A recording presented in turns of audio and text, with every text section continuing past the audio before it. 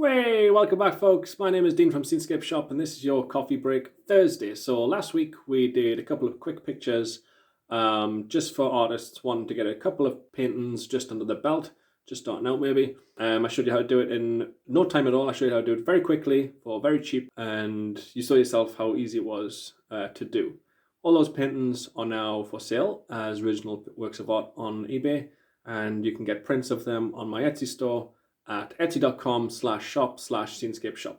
Now, last week I mentioned that I use two different techniques when I paint. And the technique that we used last week was the slower of the two. That was just putting acrylic down first, waiting for it to dry, and then painting over it with oil paint.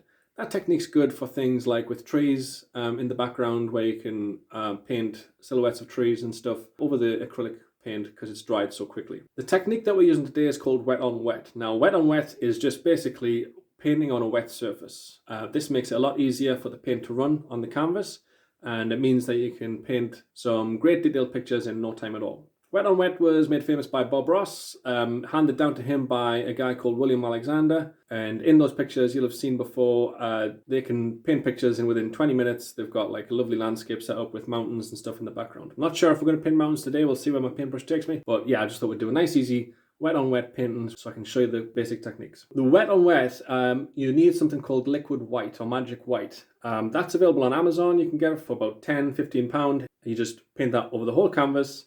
Don't let it dry or anything, just paint the whole thing and then get going with your painting.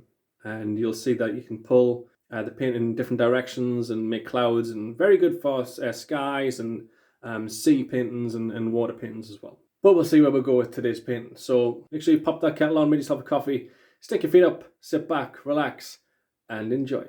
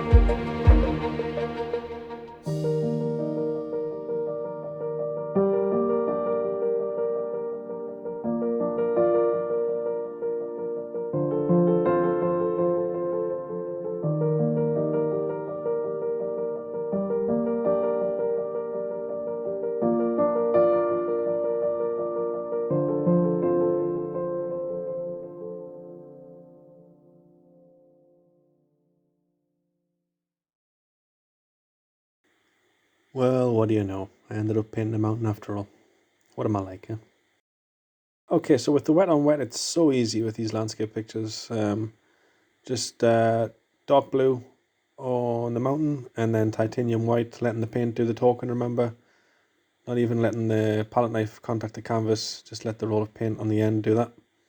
I'm going to put some trees down. What I do is I put the dark down first, and then we'll put the highlights on over. And then we'll just have to worry about the foreground. We'll put some grass in. Simple flick ups with the brush to get the blades of grass. And then we're done. Thank you once again for joining me, folks. And I'll see you next time.